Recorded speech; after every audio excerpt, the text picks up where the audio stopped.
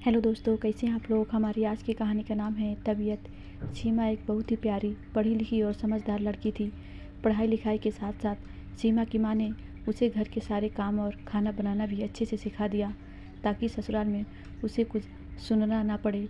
लेकिन ससुराल तो ससुराल ही होता है। ससुराल में जब तक बहू को चार बातें न सुनाई जाएं, घर वालों को चैन कहाँ मिलता है। सीमा की भी शादी की उम्र हो गई, लड़के की तलाश शुरू हो गई। उसके लिए घर वालों ने रोहित को पसंद किया। रोहित एक बहुत ही अच्छा लड़का था। चट मंगनी पट शादी हो गई। शादी करके सीमा ससुराल आ गई। पढ़ी लिखी और समझदार तो थी ही, आते ही ससुराल में सबके साथ घुल मिल गई। रोहित भी उसका बहुत ध्यान रखता था। देवर और नंद ने तो यहाँ तक कह दिया, भाभी लगता ही नहीं आप कहीं बाहर से आई हो, ऐसे लगता है आप शुरू से ही यहाँ रह रही हो। देवर और नंद के अलावा घर में सास ससुर और जेठ जेठानी भी थे। ससुर और जेठ जी का स्वभाव भी ठीक था। सास को हर काम में बोलने की आदत थी, चाहे वो सुबह उठना हो, खाना बनाना हो या उसने कहीं बाहर जाना हो। सास का मुंह फुला ही रहता।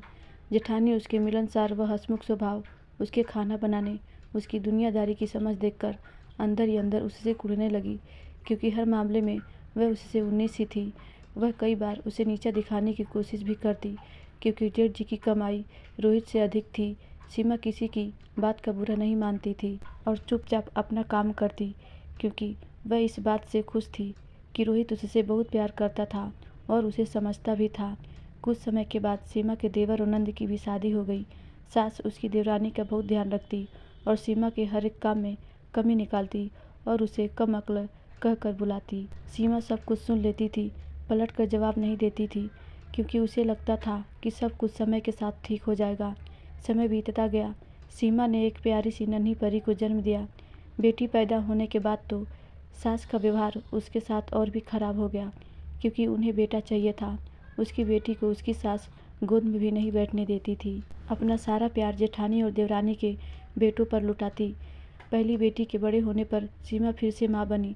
सबको आस थी कि इस बार लड़का ही होगा, लेकिन इस बार भी बेटी ही हुई। सीमा और उसकी बेटियों की हालत बदतर होती जा रही थी। सास सीमा पर बेटे के लिए दबाव बना रही थी, लेकिन डॉक्टर ने दूसरी बेटी के समय ही कह दिया था कि सीमा बहुत कमज़ोर है, अब दोबारा माँ नहीं बन पाएगी। रोहित ने तो अब सीमा की तरफ देखना ही छोड़ दिया था। सीमा की सास भी रोहित को भड़काती रहती कि कैसी कम अक्ल की बहू मिली है हमें, उससे सारा काम भी करवाते और कम अक्ल भी कहते। इसी तरह उनकी शादी को 12 साल बीत गए। उसके सास ससुर चल बसे। सीमा को लगा कि शायद अब रोहित का व्यवहार भी उसके लिए ठीक हो जाएगा, लेकिन ऐसा कुछ नहीं हुआ। रोहित उसकी किसी भी बात पर ध्यान नहीं देता और हमेशा उसे कम अक्ल कहकर बुलाता। अब सीमा को कम अक्ल कहना उसकी आदत बन गई थी। सीमा ने अब यह सुनना अपनी ज़िंदगी का हिस्सा मान लिया था।